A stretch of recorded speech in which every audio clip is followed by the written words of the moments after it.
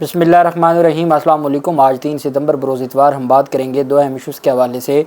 साबिक वज़ीर आला सिंध मुराद अली शाह के सबसे बड़े अफसर को सूबा बदर कर दिया गया है और ये इतना बड़ा फ़ैसला है कि एक ही दफ़ा ज़रदारी का सफाया करने का मिशन जारी व सारी है। आज पाकिस्तान पीपल्स पार्टी की जानिब से बड़ा सख्त रद्द-ए-अमल भी सामने आया है और जो साबिक प्रिंसिपल सेक्रेटरी, साबिक वज़ीर आला के प्रिंसिपल सेक्रेटरी को सूबा बदर किया गया, उसके ऊपर बहुत ज़्यादा तशवीश का इज़हार किया जा रहा है ज़रदारी ग्रुप की जानिब से। और उनको असल में तकलीफ़ क्या है और उनके ख़िलाफ़ इतनी जो तेज़ कार्रवाइयाँ हैं उसका मकसद क्या है, उसकी तफसील मैं आपके साथ शेयर करूँगा। और साथ हम बात करेंगे इस्लामिया यूनिवर्सिटी बहावलपुर स्कैंडल का ड्रॉप सीन हो गया है और जो इतना बड़ा एक फ़साद खड़ा किया गया था और 35,000 स्टूडेंट्स का मुस्तकबिल दाव पर लगाया गया था। जुडिशल ट्राइब्यूनल एक बनाया गया था सिटिंग हाई कोर्ट के जज, लाहौर हाई कोर्ट के जज पर मुश्तमिल।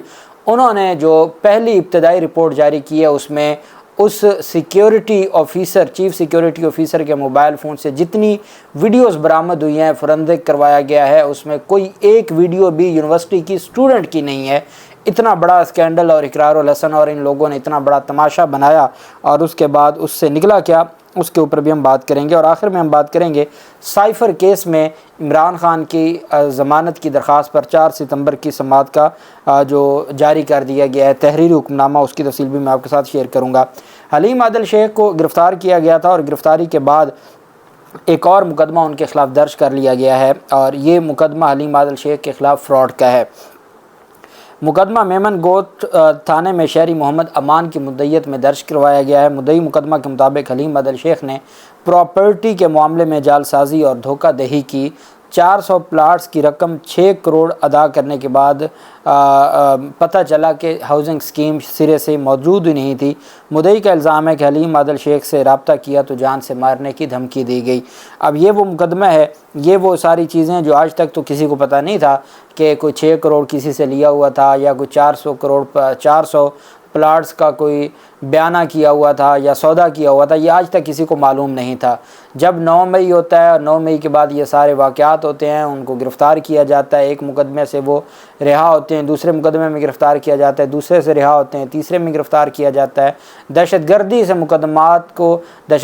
मुकदमात बनाते बनाते अब फ्रॉड और जालसाजी के मुकदमात पर मामला रुका है और देखते हैं कि ये मामला आगे एंड इसका कहाँ पे होता है और इसी तरीके से जो जालसाजी के मुकदमात हैं क्या वो चलाते रहते हैं। दूसरी जानिब जमात इस्लामी की जो सीनियर लीडरशिप है उनके ख़िलाफ़ मुकदमात दर्ज कर लिए गए हैं और ये मुकदमात इस वजह से दर्ज किए गए हैं कि उन्होंने ऐलान किया था और उनकी जानिब से ये ऐलान किया गया था कि वो महंगाई के ख़िलाफ़ अपनी जो तहरीक है उसको चलाएँगे। क्योंकि जमात इस्लामी को पता है इस वक्त एक पाकिस्तान तहरीक इंसाफ है जो असल में अपोजिशन कर रही है और जिसके साथ 80 से 90% लोग हैं। इस वक्त चूँकि उनकी क़यादत जेल में है और उनका झंडा लेके एहतजाज करने की इजाज़त नहीं है और उनके ख़िलाफ़ तो एक तरह का ऐसा क्रैकडाउन है कि पाकिस्तान तहरीक इंसाफ का नाम लेना भी गुनाह समझा जाता है।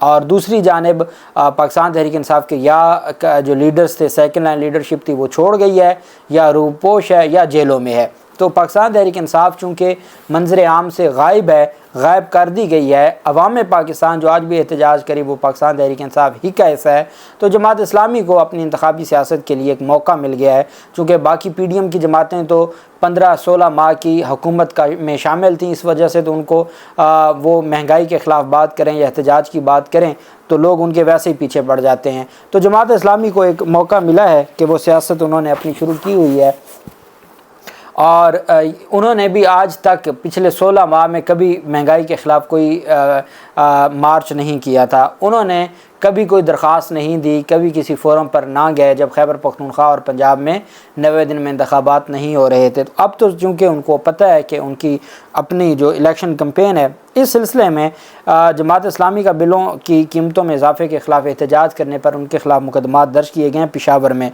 कार्य सरकार में मुदाखलत और रोड बंद करने की दफ़ात के तहत, जबकि सरकारी अमला को नुकसान पहुँचाना और आवाम से ज़बरदस्ती दुकानें बंद करवाने पर ये मुकदमात दर्ज हुए हैं। जमात इस्लामी के रहनुमा बहरुल्लाह एडवोकेट, खालिद गुल, ज़ाहिर शाह, ताहिर ज़रीन, हाजी कदीर और दीगर को इसमें नामज़द किया गया है। اور ان کے خلاف یہ مقدمات درج کیے گئے ہیں۔ جبکہ دوسری جانب جماعت اسلامی کی جانب سے یہ اعلان کیا گیا ہے کہ وہ IPPs سے معاہدوں کا جو بجلی کے معاہدے ہیں اس کے خلاف سپریم کورٹ جانے کا اعلان کیا گیا ہے، اور سراج الحق کی جانب سے اور جماعت اسلامی کی قیادت کی جانب سے پریس کانفرنس کرتے ہوئے کہا گیا کہ ہفتے کو عوام نے پرامن احتجاج کر کے بتایا کہ ہم IMF کے معاہدوں کو تسلیم نہیں کرتے۔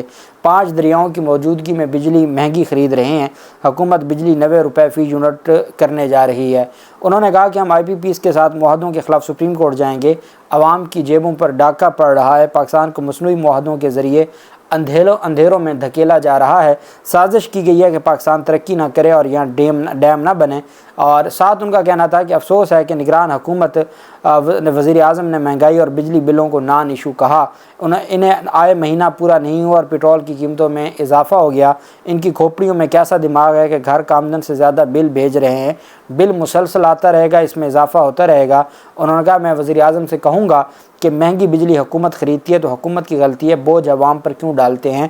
حکومت کا کنٹرول ختم ہو چکا اور معیشت کے تمام بریک فیل ہو گئے، پاکستان میں پیٹرول ڈیزل مافیا سب کو لوٹتے ہیں۔ اچھا ایک بات مجھے نہیں سمجھ آئی، وہ یہ ہے کہ اب نگران وزیر اعظم کی جانب سے یہ اعلان کیا گیا ہے کہ دکانیں جلدی بند کی جائیں گی، بجلی بچائی جائے گی۔ اچھا بجلی کی قلت کو پہلے بھی نہیں ہے، ہمیں تو یہ سوچنا چاہیے تھا کہ بجلی کا زیادہ استعمال ہو، چونکہ ہم IPPs کے ساتھ ہمارے معاہدے ہیں، انہوں نے ہمیں بجلی دینی ہے اور ہم نے ان کو، اب اگر بجلی کم بھی استعمال ہوگی اتنے ان کو اتنے پیسے ہم نے دینے ہیں۔ اس مجھے سوچ کی سمجھ نہیں آئی کہ دکانیں بند پہلے کروا دینے سے جو معیشت پہلے تباہ ہو رہی ہے، اور اگر آپ دکانیں بند کروا دیں گے تو تاجروں کو تو پہلے بہت نقصان ہے، تو اس سے آپ بجلی کا جو ریٹ ہے وہ کیسے کم ہوگا؟ چونکہ بجلی کی پیداوار یا بجلی جتنی آپ لیتے ہیں اس میں کوئی قلت نہیں ہے، بجلی کم نہیں ہے، بجلی کی کوئی پیداوار میں کمی نہیں ہے، صرف مہنگی ہے۔ تو آپ بجلی یا تو یہ ہوتا، اب آپ نے IPPs کے ساتھ جو معاہدہ کیا ہوا ہے آپ نے ان کو پیسے دینے ہیں، بھلے وہ آپ استعمال کریں یا نہ کریں، لیکن بہرحال ان کی اپنی ایک سوچ ہے۔ اور دوسری جانب پاکستان تحریک انصاف کے چیئرمین عمران خان کی سائفر مقدمے میں جو ان کی پہلی درخواست ضمانت کی سماعت تھی میرٹ کے اوپر 4 ستمبر کو، اس کا تحریری حکم نامہ جاری کیا ہے جج ابو الحسنات محمد ذوالقرنین صاحب نے، اور اس میں تحریری حکم نامے میں کہا گیا کہ عدالت نے ضمانت کی درخواست پر فریقین کو دلائل کے لیے طلب کر رکھا تھا، اور ساتھ کہا کہ ہائی کورٹ میں اس کیس سے متعلق دائر 2 متفرق درخواستوں پر فیصلہ زیر التوا ہے، ضمانت پر فریقین کے دلائل آج نہیں سنے جا سکتے۔ حکم نامے میں کہا گیا کہ متفرق درخواستوں پر دلائل کے ساتھ ضمانت کی درخواست پر پیر کو دلائل طلب کر لی ہیں، اور عدالت نے کیس کی سماعت کو 4 ستمبر کے لیے ملتوی کیا ہے۔ اور عدالت کی جانب سے یہ بھی کہا گیا ہے کہ دیکھتے ہیں کہ اسلام آباد ہائی کورٹ سے اگر وہ متفرق درخواستیں واپس لی جاتی ہیں تو اس کے بعد ہی جا کے ضمانتوں کا جو معاملہ ہے وہ آگے چلے گا۔ پاکستان تحریک انصاف اس پر درخواست دائر کر چکی ہے، وہ ضمانتوں کی واپسی کا جو معاملہ ہے وہ ان درخواستوں کی واپسی کے لیے متفرق درخواست دائر کر چکے ہیں۔ چیف جسٹس عامر فاروق صاحب کی عدالت ہے، اب دیکھنا یہ ہے کہ عامر فاروق صاحب وہ واپس کرتے ہیں یا یہ معاملہ ایسے ہی لٹکا رہے گا۔ اسلامیہ یونیورسٹی بہاولپور ویڈیو اسکینڈل کی تحقیقات کا پہلا مرحلہ مکمل ہو گیا ہے۔ نگران پنجاب حکومت کی جانب سے لاہور ہائی کورٹ کے چیف جسٹس کو کہا گیا تھا کہ جوڈیشل کمیشن کے لیے، جوڈیشل ٹرائبونل کے لیے ایک جج مقرر کیا جائے۔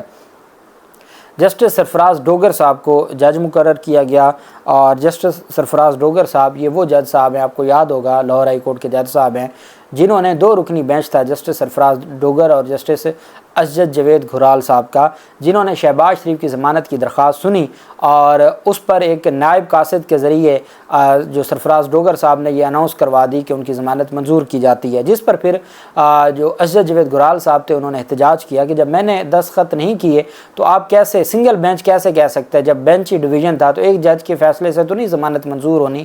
3 دن تک یہ معاملہ لٹکا رہا، پھر فائل چلی گئی چیف جسٹس کے پاس، انہوں نے ایک ریفری جج مقرر کیا اور پھر 3 رکنی بینچ نے فیصلہ کیا تھا، تو اس پر جو ہے وہ سرفراز ڈوگر صاحب وہ اس ویڈیو اسکینڈل میں جوڈیشل ٹرائبونل مقرر ہوئے۔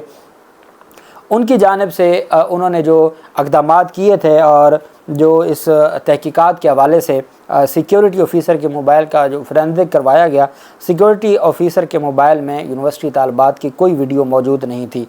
फोरेंसिक रिपोर्ट के मुताबिक सिक्योरिटी ऑफिसर के मोबाइल में उसकी प्राइवेट वीडियोस हैं जिनका यूनिवर्सिटी से तल्लुक़ साबित नहीं हुआ।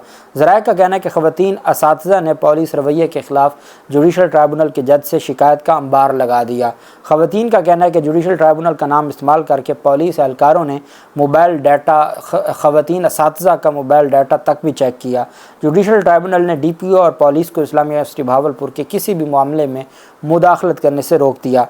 साथ जुडिशल ट्राइब्यूनल ने यूनिवर्सिटी अमूल की निगरानी के लिए 3 रुकनी कमेटी तश्कील दे दी। सहाफ़ी इकरारुल हसन, जिन्होंने ये दावा किया था कि उनके पास सबूत हैं कि जो तारिक बशीर चीमा का बेटा इसमें इन्वॉल्व है, उनको बारहा मुतअद्दिद बार नोटिस जारी किया गया कि वो अपना बयान कलम बंद करवाएं और वो अपने शवाहिद दें, लेकिन वो पेश ना हुए। वाइस चांसलर, प्रोफेसर्स और स्टाफ समेत दीगर ने अपने बयानात कलम बंद करवाए। यूनिवर्सिटी इंतज़ामिया के तमाम अफसरान ने वीडियो स्कैंडल को बेबुनियाद करार दिया। इस्लामिया यूनिवर्सिटी भावलपुर स्कैंडल की तहकीकात जस्टिस